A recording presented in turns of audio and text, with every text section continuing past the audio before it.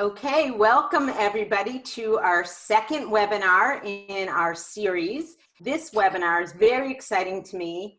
We are going to talk about managing in times of crisis and have some of the phenomenal leaders who are joining us here today talk with us about a glimpse into the future. So I am very excited to have the opportunity to ask questions to and talk with the panel that you're seeing in front of you today. And welcome to all of our attendees. I do want to note that we are missing one panelist. She cannot join because unfortunately she lost a family member to COVID-19 this past weekend.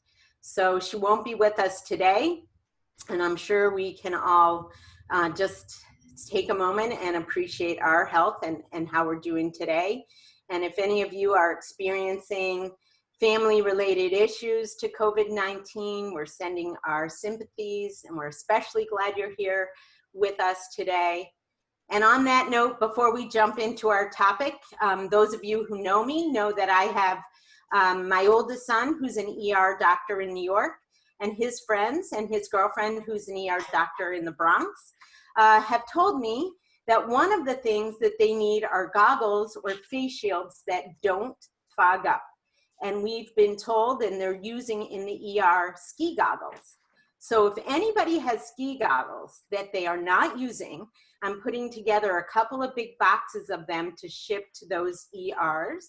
And following this meeting, when we send out our slides and our link to the video, we'll put a ship to address in there, and I'll put these all together and send them out to ERs because we don't want our doctors looking through foggy goggles during this difficult time. So thanks for that, and thanks for being here. I have an esteemed panel, and I'm going to let them introduce themselves. They represent a breadth of industries, categories, and expertise. And as I said, I'm so thankful to have them here today. Thanks, guys, and let's start with Herbie. Hi, thanks, Lisa. So Herbie Calvis, I'm the president of Mix Fitness, MYX Fitness. We're a newcomer to the connected at-home fitness technology space, which is, hardware in the home connected through, the internet to content, expert coaches coming into your home. My background is really going back to the 90s, starting out in account management and media planning and some traditional agencies, Ogilvy, Y&R. Then moving into consumer packaged goods, and then into consumer durables and electronics. Worked at Reckitt Benckiser in New Jersey, as well as Timex Group in Connecticut, and then through the American Kennel Club for a tech startup similar to Mix Fitness, which had a hardware and a service plan, SaaS model kind of associated with it as well. It was a connected product for dogs, wearables for dogs. Herbie, can you just take a minute and tell us what's happening on your business right now? So right now it's, very interesting time. I mean, when I say a newcomer, we literally unveiled the product just before Thanksgiving, Black Friday weekend in November of 19. We were in pre-orders for a couple of months, very strong, successful pre-order period. And then we started actually dealing with and managing through the COVID-19 crisis in January as things were starting to change in China for us. And we were trying to chase demand for the strong pre-order season that we had, and we started shipping in January. And it hasn't stopped since then, as the supply chain issues kind of cascaded from China into the rest of our supply chain around the world.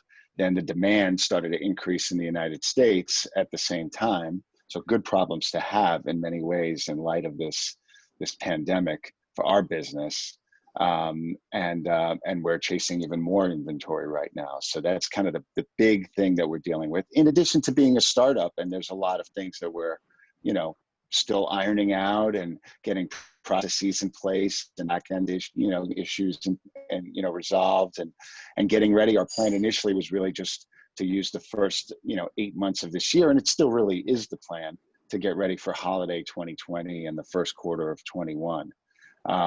So we're doing that, but we're also trying to meet the demand now and get our product out there and continue to get good reviews from the media and from consumers that we're able to get units to. Excellent. So everybody wants to exercise at home. We also know everybody wants to be healthy. So I'm going to go to Lisa to talk about her background and what's happening on her business right now. Thanks, Lisa. I lead the business for GSK Consumer Healthcare. It's a health and wellness organization, one of the largest OTC manufacturers in the United States and Puerto Rico, and have been in the industry for over 25 years and have really never seen anything, quite on this scale and magnitude. It's been an environment for us where we also had some early signals. We have some products that are very proactive in nature, and for people who are very wellness minded, we also saw some of the very early demand signals, and we also treat the symptoms of things that people are suffering from related to COVID, and we have seen extreme demands on those types of products as well. We've been managing a range of things that remained normal, everything from some channels up 10x to what we're used to, or sometimes just 100% increase. But either way, on very short timelines, and really trying to make sure that we're assessing all of that. And look forward to talking with the group today. Thanks, Lisa. And Bill, in a related category, can you talk about your experience? Sure. So similar to Lisa, I've sort of spent the last 25 years in consumer packaged goods, consumer healthcare companies like J&J, Warner Lambert, and Pfizer. But for the last 12 years, I've been working in a smaller, more entrepreneurial setting. So I work for Ricola, and I'm the regional president for the Americas in the UK. My boss is the grandson of the founder. So we're not quite at the early startup stage that Herbie's at. We were there about 85 years ago, but we're still family owned. And this has been a fascinating time. Actually, we'll talk some more later about how we adapt. I actually am looking more into some of my experience from the military in terms of how I do contingency planning, and how if you have one plan, you have no plan. You need at least 4 plans, because we're going through some really strange times. Our factory is in Switzerland, but most of our employees who work in our factory live in either Germany or France, and now they've closed the borders. So we've actually suspended operations for 3 weeks just to allow for stabilization of people moving back and forth across the borders. At least here in the U.S., we do all the packaging. They do all the production of the bulk product. So before they closed the facility in Switzerland, we had about 2-3 month head start, and we saw this hit like Herbie did in China first, and close our office in China. So they put literally millions of tons of Ricola drops on the water. So we have plenty of product to carry us through, assuming they start back up. But it's fascinating to watch this wave pass through country after country. Thank you, Bill. And I think we will talk a little bit about what military experience has done to help you learn how to manage in times of crisis. Because as we're seeing in New York and New Jersey, there's a call for military leadership and a trust in the processes that the military have developed for a lot of parties. Rodney, you're coming at it from a very different perspective. Can you talk first about your background, and then the luxury market as a whole, and then your business? Sure. So like Bill, I also come from a consumer products background, Procter & Gamble, Johnson & Johnson. I worked on the launch of OnStar for General Motors before coming out to California for the wine business in Napa and Sonoma. And I have been a part of Moet Hennessy for the last 8 years, and presently head up the Belvedere vodka business. And Belvedere is sold in 120 countries. Our headquarters are here in New York, but the distillery is actually in Zaragoza, Poland, about 45 minutes outside of Warsaw. And we're part of LVMH, Louis Vuitton Moet Hennessy, and we are maybe the only major operation that is still going right now. The company is shut down on the fashion and the retail side, and even within our business, because of Brexit and potential tariffs against champagne and cognac. They produced lots of inventory before we did. We didn't have the need to do that on Belvedere. What's been fascinating for us is that Poland moved to containment very rapidly and early. So they have very few incidents so far of death, even though they're able to test increasingly rapidly for positive folks. So we're able to operate, but of course, with restaurants and pubs closed across the world, it's had a deleterious impact on our business. And I too find it fascinating how our key markets around the world are responding, some the same, some quite differently to the crisis. So looking forward to this discussion. Thanks. And I will tell the audience that I was lucky enough to have a pre-prep call with this team, and we learned a lot from each other just in sharing experiences. So that was great for me too, and we'll share some of that information in my next few questions. So Todd, if I could ask you to introduce yourself, you could ditto all of us in original background, and talk about your business, which, like the luxury business, is in a little bit different place. Then I'm going to put up a poll, which I forgot to put up, and ask everybody to take that for us. And then we're going to jump into some of the Q&A. Great. Hi, I'm Todd Magazine, the CEO of Blink Fitness. We have about 110 locations nationwide. We are sister business to Equinox Fitness and SoulCycle, which I mentioned that partly because that's been a huge benefit to us through this process, because Equinox and SoulCycle play in a very different business, obviously fitness, but luxury. We play in the value segment, but we've been learning from one another. And it's been a very interesting experience. The one thing I want to say, I hope everybody is safe and healthy. And just, to note, I knew the young lady, not so young anymore, but Karuna, yes, who was supposed to my be age, she's young. We're all young. Yeah. Karuna, who lost her mother-in-law, unfortunately, can't be on the panel. We got a note this morning that somebody on our team lost their grandfather. We have a franchisee who was sick. So obviously this is touching all of us, and, really unfortunate. But, for us, we shut all of our locations on March 16th. 110 locations were shut. So we have no revenue right now. So, our focus is obviously on cash preservation and trying to figure out what do we do when we have the chance to reopen. The other part that I think might be interesting to people that we've talked is we've actually been learning from fitness companies in Asia, because they are in a very different part of the timeline. They're now coming out of the kind of bell curve of the kind of crisis, and they're starting to open up their businesses. And so we're learning a lot from them about the experience of opening gyms in a still very much a COVID environment, where there's still social distancing and there's still kind of groups are limited in terms of quantity. So a lot to be learned from other markets and other companies who are maybe a little bit ahead from us, but obviously a very challenging time for us. Thanks. I think that's going to be one of our big takeaways, is to learn from each other, analog industries, and other regions and countries to better anticipate things. It sounds like most of you were able to get a handle on things early. Lots of businesses were not, and were caught blindsided by the stoppage of business.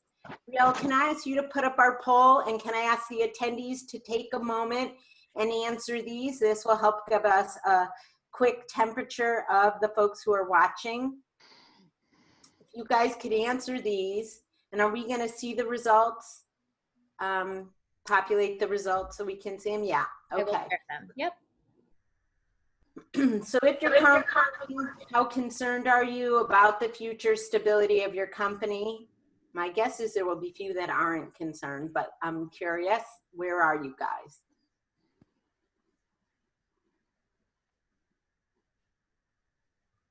Can we close the poll and see what we're looking at? Yep, we just have a few more people trickling in that are getting their answers in. Okay. For those of you who didn't vote also, please note that the poll will pop up in a separate little box on your screen. So if you are having difficulty finding it, just try to minimize your Zoom browser and you should see it on your screen. Okay, I'm gonna end this poll. Yeah. And I'm gonna share. Okay, so not surprisingly, everybody is at least somewhat concerned, although it's a pretty high number on neutral right now. a lot of uncertainty, and then third, very concerned. One of the things we're going to talk about when we get to the glimpse of the future is, what do we think is going to happen as we recover? How fast, and what might it mean for our businesses and others? Okay, let's do the next. This is for students as well as people who are currently working. And I know we have a lot of students and also some teachers on the call today. Are you posting it? It should be up. Can everybody see it or no? Nope. Let me redo it. My little poll icon at the bottom isn't showing. There we go. Yeah. This is something we're going to talk about very shortly, communication.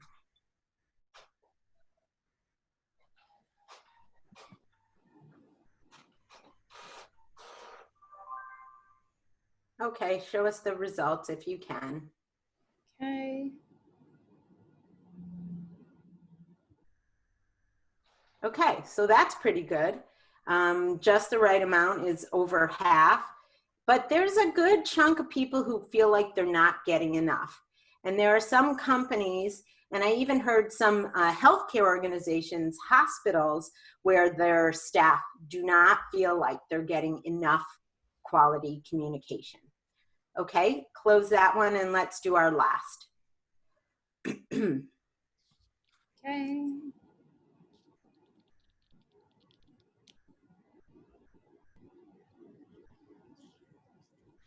Are we supposed to be seeing the next poll?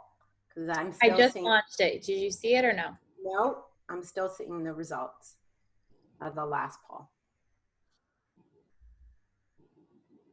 All right, and if we can't get it, we can just keep going, okay? So we'll keep going.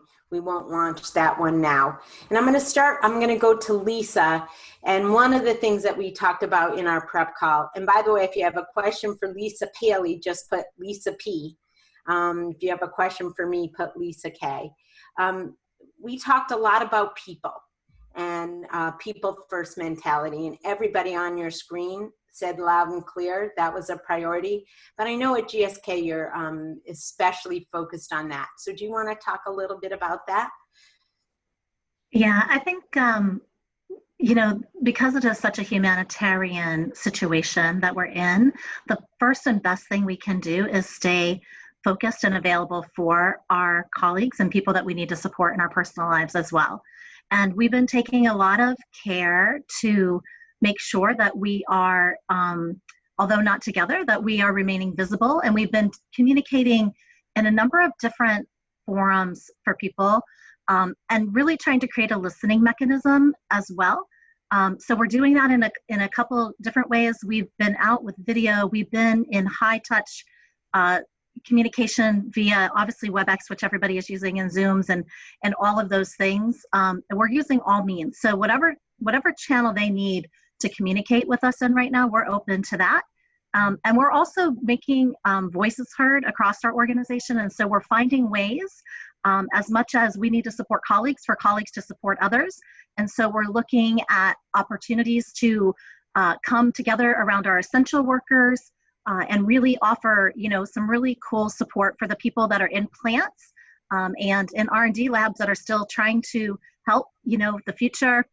We've been really quick and agile on some new survey type of things, so we can keep a pulse on individuals and where they're at. So we'll be launching one of these in the coming week, and we literally made that decision within minutes and can activate it. It has some AI, so we can get a really quick pulse and stay in tune with the organization. So, you know, we feel good about it. I don't know if, you know, if everything lands, it doesn't land the same way with everybody depending on what they're experiencing. And I think what we're finding is make communication available in many different ways so that when they're ready and they need the information, they can easily get it from you. And those are some of the things that we've been doing, but high touch, lots of time with teams and lots of dialogue around the topic. And that's not an easy thing in an organization as big as yours. But high touch was a theme that I heard from others as well. And I know that asking questions And listening is also hard if you're a CEO of a company with thousands of people reporting to you. So I think the survey is an interesting idea. We do a team meeting on a rating scale 1 to 5 every week for everybody around the world. That's working for now. Unfortunately, we haven't gotten below a 3.5, but I anticipate we might, and then we'll have to address that. Does anybody else want to talk about how they're dealing with their people? Raise your hand if you do physically, and so I can say Herbie, and then Ryan. I could just briefly, it's almost the opposite end of a GlaxoSmithKline, or it's such a large organization. We're small. It's about just around 50 people that are touching and working on our startup, getting it going. And a good portion of them are contractors. In the fitness industry in general, it kind of, as Todd can speak to, there's a lot of trainers and coaches and people that are not necessarily always full-time employees. For us in particular, we have that with our talent, on camera talent, as well as some of the folks involved on the production side of things. Cameramen and hair and makeup and things like that. So, we're trying the best we can, again, as a startup, and managing cash like everybody else here. Our investors, our cash, not all their investments are doing as well from a sales perspective as our business is. So we have to be cognizant of that and manage cash very carefully. And it's got to go to inventory right now. But still trying to do the best we can to try to help our team. There's different projects and different work that we do need in the preparation for the future. So, and through all that, a lot of what's been said already, being transparent, communicating, over communicating, and making sure people see what's on the other side of this in the context of our business. The positive messages, I think people really need that, especially everybody's isolated at home, and trying to figure out what's next, and wondering what's happening with next. It's a startup. Oh my goodness, it's a startup. Even though it's selling, it's a start. So that's one of the things to try to keep. The positive outlook for everybody, I think, is critical to help people get through. Right now, I'm like, let's get through the month of April. Everybody's kind of going to be boarded up in the month of April. Let's make sure they're keeping their positive mindsets going. So I think that's critical. I'm going to go to Rodney, then I'll come to you, Todd. Yeah, just a quick build, because I agree very much with Lisa and Herbie. We're trying to do those things as well. We've sped up the all hands meetings where we normally do them once a month to weekly. But, we recognize we have a number of young single people in our organization. So we started these Friday virtual happy hours. And I was a little nervous. People might get carried away. But in fact, people really appreciated the outlet just to talk, and not about work, not about how the business is performing or the world is imploding, but really just to be connected again back to people. Rodney, what did you guys serve at your virtual? Just gonna ask that. What beverage did you serve? I can't think of. Belvedere martini. Oh, what a surprise! What a surprise! We had the Belvedere air. We had a Belvedere meal. We had you covered, Todd. You should have been there. I wish I could have We'll invited. post those recipes when we send out the notes and the links. So send us some recipes, okay? Happily. And there are over 150 at belvederevodka.com. Okay, maybe send us a link. The other key thing, though, is that I think, what we've really gotten to a point of a lot more empathy for families with kids, and particularly women on our team, for whom more than 50% of caregiving often falls. And so there's a protocol now. You're to add another 15 minutes onto any given call, because a little one may stream in and out of the room. We've got to stop. We've got to say hello. We've got to give whoever needs a moment to take it. And it's really quite a change from the way we've behaved previously. And I'm going to ask you, as an advocate for women in the workforce and trying to find flexible solutions, do you think you'll maintain that kind of approach after COVID-19? I think a lot of things will change. I spend probably 2 weeks out of a month outside of the US. And I think the efficiency of Zoom, boy, do I wish I bought some of that stuff a while ago, has really proven that, some cost savings can come out of my own T&E budget. But I think conditionally, what this whole thing has done is really heightened a sense of humanity and empathy that I don't think people had in general, and not just around issues of gender and childcare, but also, you know, at 7 o'clock here in New York City, when people applaud the healthcare workers and the grocery store workers and all of the people who are keeping the infrastructure working. Yeah, I mean, it just gives me goosebumps every night because there's so much energy behind it. And I think it's a way in which people see more commonality and less hierarchy probably than before. Thanks. We're going to go to Todd because I know he wanted to comment on this, but it just occurred to me that I didn't say where everybody was. I'm in New Jersey. Bill and Lisa are in New Jersey. Todd, you're in New Jersey, right? Todd's in New Jersey, but office is in New York. Rodney's in the city, in New York City, in the epicenter, and Herbie's in Connecticut, yes? I'm my home is Westchester County. Okay, so you're also in the epicenter, but the office is in Connecticut. Okay, so Todd.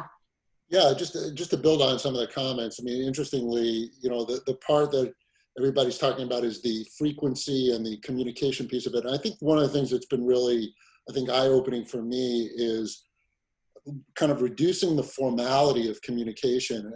And it's really, you know, and Rodney touched on it a little bit when you have. We had a virtual birthday celebration for somebody on our team this morning, and I had my daughter's here with her puppy, so I had the puppy, and we have somebody on our team who has two twins, relatively newborn, and another of our team member who had their baby on the lap. And it's just the barriers that I think you have in an office of everything is kind of compartmentalized between work and home. Those barriers are really starting to break down a bit. And I think people really appreciate that. I actually do this, I send out an email every morning to the whole company that I call Morning Muse, M-U-S-E, with just some random thought or something that caught my attention. And it's never about business. And this morning it was just about my sister-in-law saw something online about people who were kind of replicating art and paintings. And so all of our family did a contest where we were replicating various famous pieces of art. She was Mona Lisa. Happy to send that along. It's pretty good.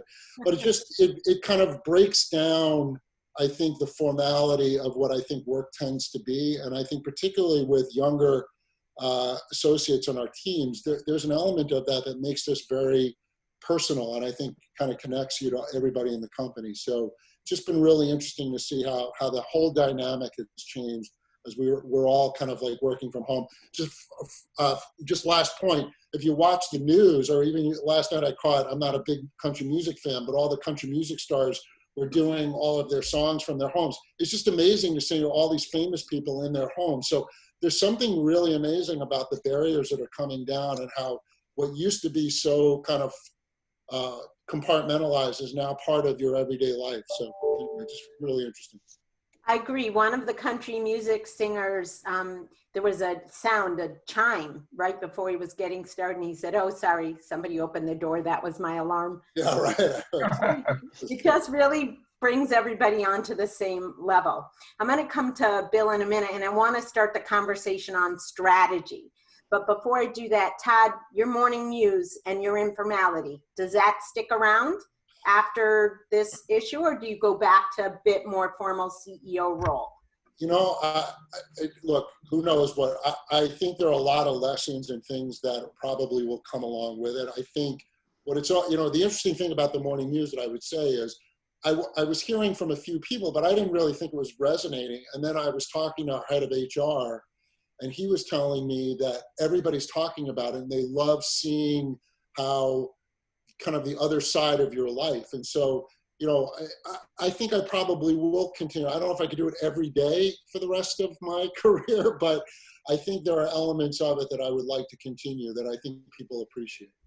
And Lisa, will that happen, do you think, with the videos and the surveys that you're doing? That will become a part of the new normal? Yeah, definitely. And that's part of how we operate. So we're going to talk now about setting strategies, because another thing I learned from this crew is that everybody has both set a near-term strategy, how are we going to get through the next couple of months, and how are we going to address the baddie and the good that comes with this, and then a longer term, what Todd was calling a rebound strategy. How are we going to go back, or if we're not going back, go forward?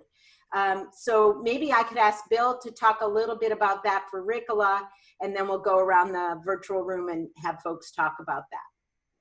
Yeah, thank you. It was funny. I was thinking about the Ricola is literally in the middle. It's not an LVMH or GSK, but it's also not a startup. We were startup 85 years ago, and we're on the third generation, but it's still family owned.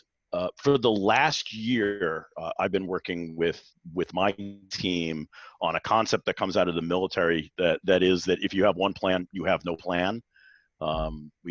We always call it PACE, right? Primary, alternate, contingent, and emergency. So you're always looking and saying, I have one thing that I'm going to try and accomplish. I need to have multiple ways in mind about how I could do it. And then under which conditions do I pick which plan? Which allows you to, in the agile world, which is usually more consumer electronics than consumer products oriented. And I think that they're more talking about the speed of the deployment. We're really talking about the speed of decision-making and empowerment. And we've been working within my team on, ironically, never anticipating we would have to do it from our homes, this idea that you meet frequently, coming out of Stanley McChrystal's work on Team of Teams, from what he did with Joint Special Operations Command in Afghanistan. How you work against a network. And if you think about it, to a large degree, the virus is a network, right, in the way that it spreads. And the biggest problem it has, it breaks down our network, our interaction in offices, our interaction with people. So we have to be agile in terms of finding a different way to interact. We do it by video. We do that, it sounds like most people are doing that. I'm doing it every day. We've like a lot of companies, right? The senior leadership would get together once a month, once a week, talk about things and then filter it down. We now are doing these things daily. And often what we'll do is it's a 1 hour phone call and it's a structured information. And we have like 100 people on the call. Huh. So it's giving a broader part of the organization visibility into what the leadership team is talking about and thinking about. And then there's information flowing back and forth by text message and by video chat about the information, because it's such a dynamic, I don't think my boss coined this. I think he stole it, to be frankly, from somebody else. The VUCA world that we live in. It's volatile, it's uncertain, it's complex, actually. Which is more than complicated, right? It's and it's ambiguous. It is difficult to be able to predict it. Therefore, your ability to have one plan and one idea and one product and expect to have success with that really. Maybe you can force it through if you're a really big organization. Maybe you can be really, really, really agile if you're a really small startup. We're in the middle, right? So we don't have the large power that we can muscle our way through, and we're too big to be able to make the small turns. So we've been looking at how do we turn that to be an advantage, and so far it's working really well for us. I think whether it's e-commerce or it's home fitness, or this strange time that we're going through has accelerated some things that probably will never go back to normal. They will just speed up on the change, and lots of other things probably will go back to normal. Okay, that's great. So you addressed what I was going to ask you about, is how does military experience and military learning help deal with the ambiguity and volatility of this situation? I see a lot of questions from students about suitable points, and just want to let you all know that if Rutgers or Lehigh are giving you credit for spending time with us, that's up to them. We're not going to be able to generate that for you. And I hope you will get a lot out of it, even if you don't get credit. And I want to go to Todd, and then maybe whomever else wants to talk about your pillars. The way that you're approaching your plan, and then probably to Lisa, who's thinking about it on a vast global scale. Yeah. Can you do that, Todd? Yeah, I'll be brief. So we each set off I think what Bill was saying about having a plan, I'm not sure that we yet have all the alternative plans, but we definitely wanted to put something in place and make sure that we were kind of balancing all of the different constituents and all the different objectives that we had. So we have a 5-pillar plan that is probably very similar to what other companies are doing. But number one was about protecting our people, protecting the business long term, and making sure we were really thinking about not only the health aspect of this, but the kind of the future of our employee base as well as our company as a whole. The second pillar was about preservation. I know we are all looking very diligently at cash preservation, especially those of us who don't have revenue right now. Third is about engagement, and it sounds like company engagement for sure, and employee engagement is a big part of it. For us, and Herbie and I are dealing with this in our respective worlds. I have members. I have 500,000 members that we have to engage in, even though they're not able to come into our gym. So we're trying to engage with them and keep them engaged so that when we do reopen, they come back to us. Lisa, you mentioned about rebound. Obviously, everybody is planning for the inevitable opportunity to reopen. And I think, to Bill's point, how the world is going to look when businesses start to come back online, everybody's, guess is as good as anyone else's. So you have to have lots of different contingencies there, but rebound is a major factor. And then at some point, as we get to, whatever, the new normal will be, how do you then accelerate your business and get back on track? So that's kind of been our approach, which I'm guessing is, somewhat generic to what many companies are doing, but really having those vertical areas so that you can have people attacking each of those is really critical right now. Thanks. Lisa, from a GSK standpoint, I know you're also thinking about what the future holds, but also trying to make consumers happy and retailers happy today. So can you talk a little bit about the strategy of today and what you're thinking about going forward? Yeah, and we definitely have, sort of the now, next, future strategies underway. I think to Bill's point, in some of those cases, we've used, the command center, getting the decisions quickly in and in a steering approach. And those are things really related to colleague safety and things that are really acute and imminent. And we've used it for that. We've also applied that in our supply continuity. And so we have very much, a crisis team overseeing supply at this time.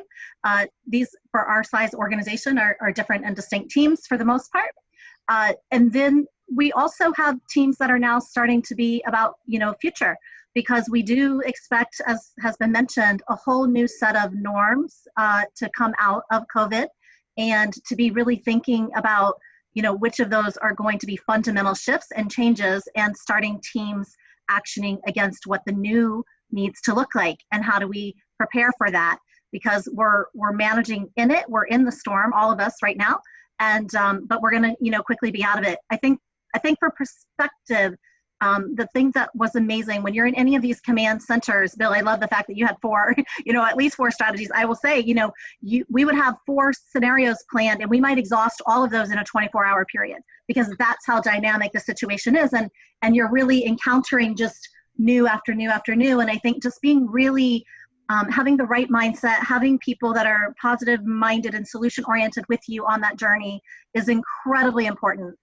In terms of the teams that you need to form when you're managing through some of these things and the strategies that you need to apply. Lisa, you're absolutely right. One of the things that happens when you ask people for a pace, when you ask people for 4 plans, is that they're thinking in contingencies. So they're thinking, if this happens, I'll do this. If something different happens, I'll do this. So they've changed their mindset, and therefore they're much more agile in unanticipated, right? A 5th, the 6th, and unanticipated. They're still thinking in terms of contingency.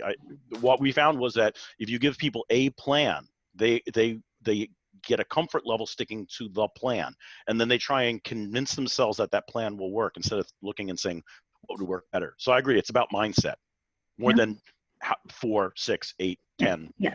I'm going to go to Rodney, because Rodney and Lisa both talked about that positive mindset. And Todd's Daily Muse is kind of that too. that how important is that in terms of the people that get to lead in times of crisis? Well, I think it's incredibly important because fear can be so paralyzing. And in the case of scenario plays, you need to ideate. You need to fundamentally be hopeful that there is a path to move forward.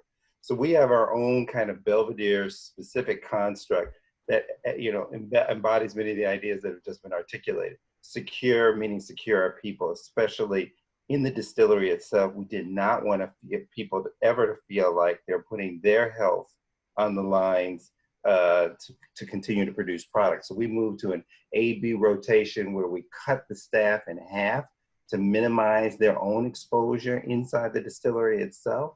And, we take the temperatures. We've been doing this for about 5 weeks now. Everybody who comes to the distillery, vendors cannot come onto the distillery campus. We've figured out how to really secure the perimeters around it. Support, generosity is the other key thing.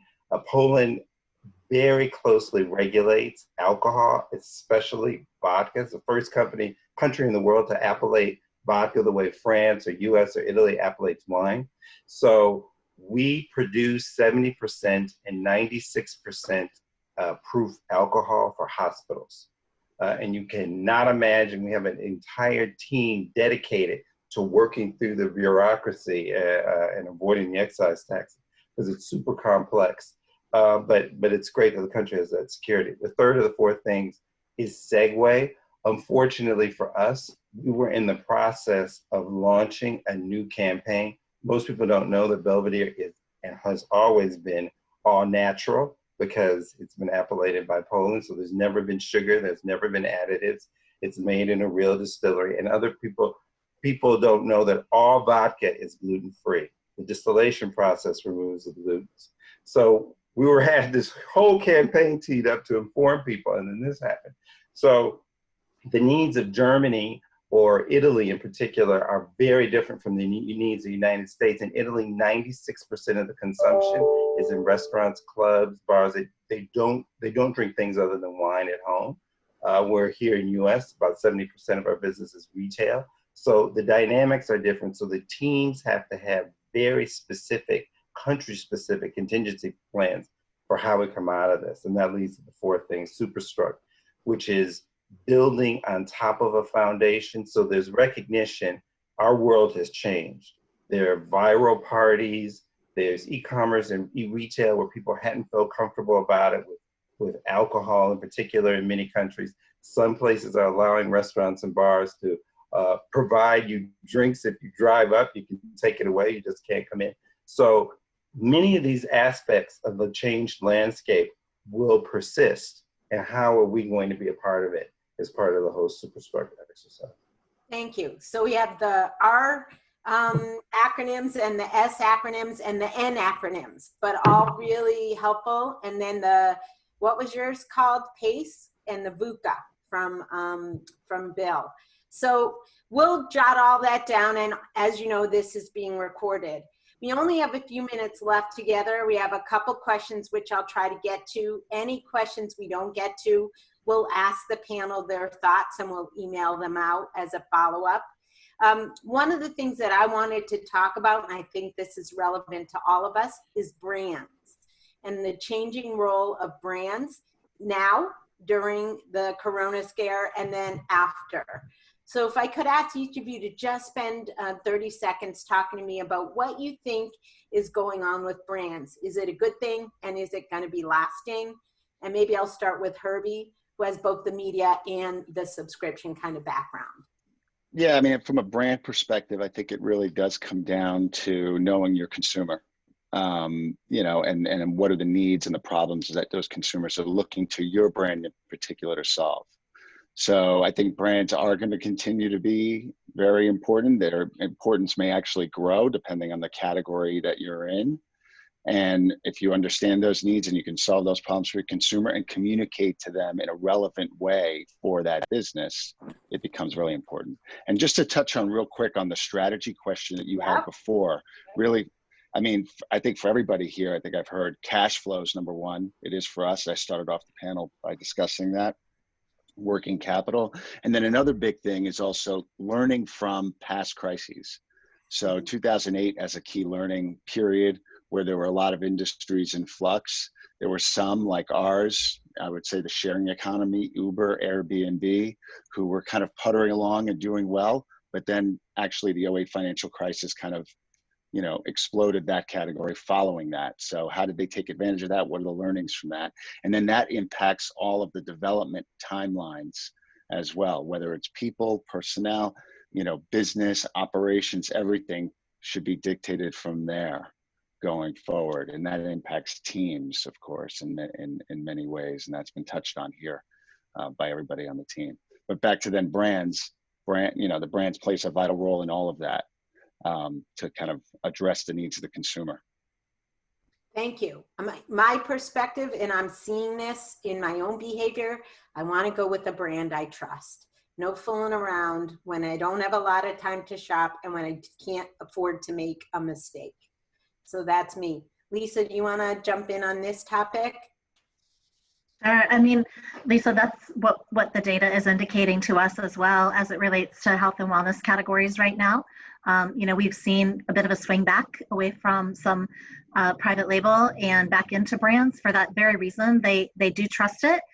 They've come to rely on it, and now they know it might really matter, and they want to make sure they've got those brands in their cabinet. I think the other thing that we're trying to do, and I think all brands have a responsibility to do, is you've got to recheck if you're contextually relevant. We've created communications that were not with this in mind. If you're featuring an airplane in your ad, that's probably not relevant anymore, right? And you need to get to things that are, and you need to be, I would just say, really in tune to the tone that brands need to be taking on right now, because consumers are also really vocalizing support for those that do, and there's some backlash against those that are missing it. Yeah, we're not going to have time for me to show some slides, but I asked you all your thoughts on brands before, and I put one together. We'll send them out. But one of the things that I was struck by is there are definitely tone-deaf brands, and there are brands that are really listening. So back to your point of listening. And I just saw yesterday the new 2020 Olympics logo. I don't know if you guys have seen it.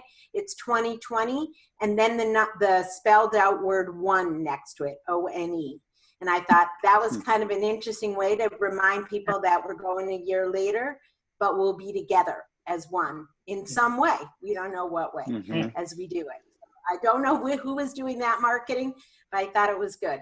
Anybody else have a comment on brands? I have two more questions for you all. One thing.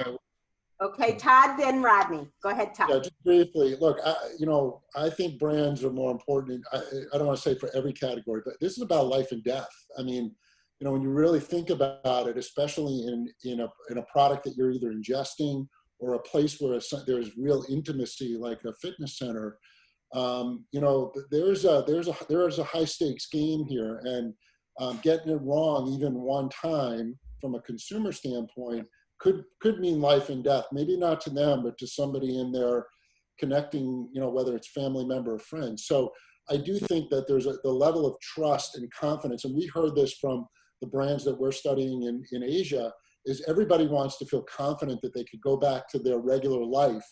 And that's where brands start to come in, because there's a history, there's a commitment, there's an understanding. And I think it's going to be really vital in the coming, at least months and maybe years. Thanks. Rodney, did you want to add something? The only quick build is, my mom is 88, and she called me about a week and a half ago, and she said, it just struck me, you're a discretionary brand and a discretionary company, and no one really needs your products. So thanks, I Mom. hope your future, son. And I said to her, Mom, that is true, that we are a discretionary product, but the key, I think, to luxury brands in particular is an expression of generosity. And LVMH segueing to actually producing hand sanitizer out of Dior and Vuitton was unthinkable, before a situation like this. But being able to connect with a set of values that the consumer holds dear and showing this level of empathy, moving away from being aloof but much more accessible is critical. Thanks. I agree with that. And I'm looking at the questions that we've been given, and I have a couple left. One of them was to me specifically about what's going on with our business and how will we sustain going forward. And then more broadly to all of you, same question.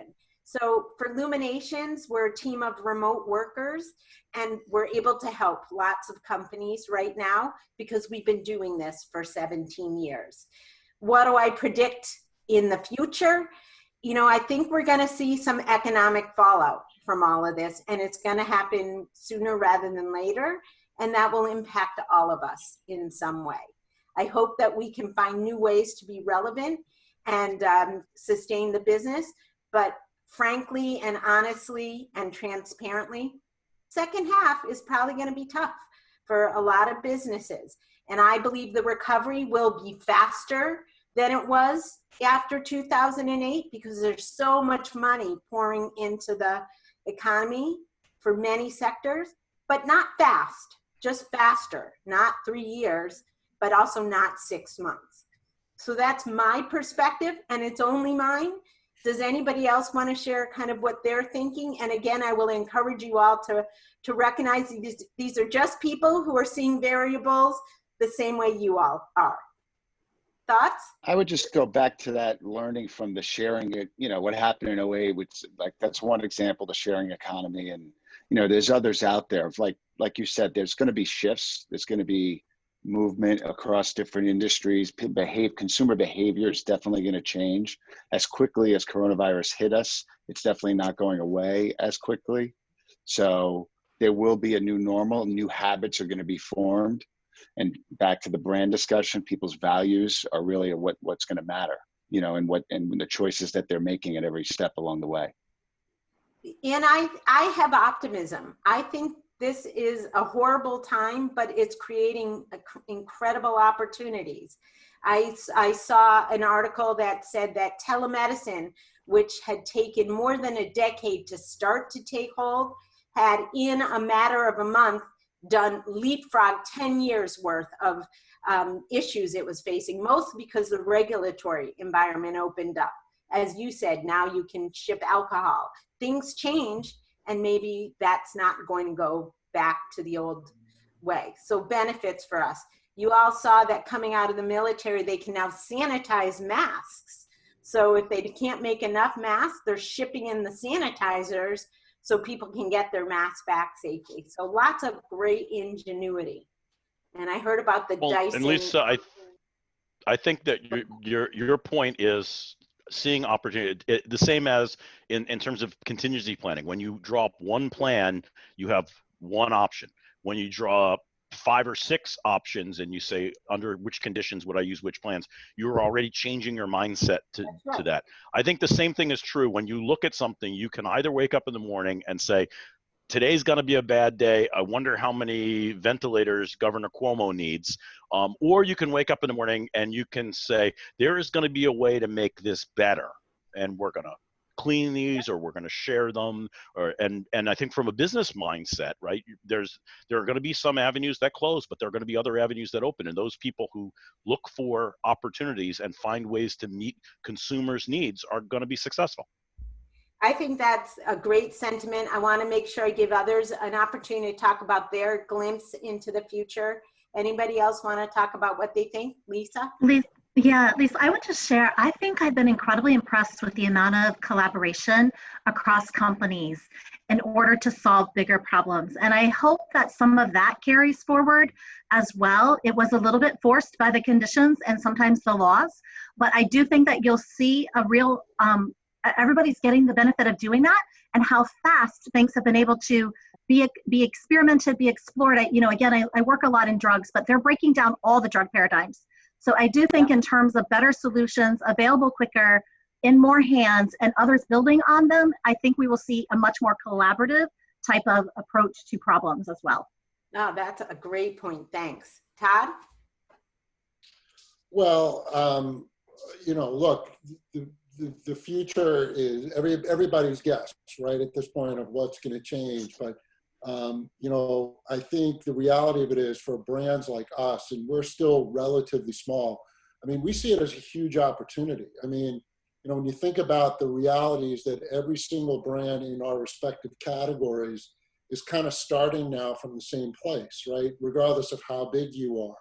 And so it gives everybody a chance to kind of jump in and take huge competitive advantage. So this idea of a rebound strategy and getting out of the gate more competitively advantaged and faster than your competition, I just think it represents so much opportunity. And I think we're seeing that. I mean, I haven't seen this much creativity in our company, and I've been here for 8 years. I've seen more creativity in the last 3 weeks than I've seen in 8 years. And I think it's out of necessity, and people are forced out of their paradigms. And I think that ultimately is going to be hopefully what enables some companies to leapfrog versus other companies to continue to do more of the same. That is very helpful, and that was actually one of our questions. What have you guys seen that surprised you? The collaboration, the creativity, the optimism, the ingenuity. I can offer one more build. For my vantage point is transparency. You know, there was a belief that, you know, the atelier, I mean, how you create products is supposed to have some mystique to it. But in this situation, people need to know what's going on. They have more confidence when they actually see the entire process, understand all of the ingredients. And, you know, you have fashion brands that have made this pivot. And I'm sure in our world, in terms of wine and spirits, will make that pivot too. Excellent. So we're going to close with any advice that you guys would like to share that we haven't gotten to today for our audience of 100+ folks. And also anything that I haven't asked you to talk about that you wanted to talk about. We have just about 3 minutes left. So maybe I'll start with Bill. Any words of wisdom for the group, and then we'll put up our takeaway slide at the end. And anything that you wish that I would have asked you to talk about that I did. Well, thanks. Yeah, I think from a words of wisdom perspective, like most of us are leaders in a situation where we couldn't possibly control things even if we tried to. You know, as I said, we've been working with my team on this concept of team of teams. What happens how much can we unleash the productivity of our team to be creative if we get out of their way, set a clear outcome, and ask them to think more broadly and more agile? I think that this opportunity to rebound calls on everybody who's a leader, right? Double down on the growth agenda. Don't double down on the control agenda. Okay, because we can't control anyway. Can't control it anyway. Lisa, any words of wisdom? Okay. You know, I would, I think, offer that you really need to go back to that first priority, and you really need to be there for the people. And as a leader, sometimes that requires you to get through your own things that you're dealing with faster, and to understand that you've got to come out of that in order to be there for others, and likewise, you know, for the leaders that work with you. And I think it's not easy. Not every day is a good day. I think being human and being real about that, but also being one who's going to, you know, take a positive mindset that you mentioned, Lisa, and just continue to go forward because others need it and are depending on it. Thanks.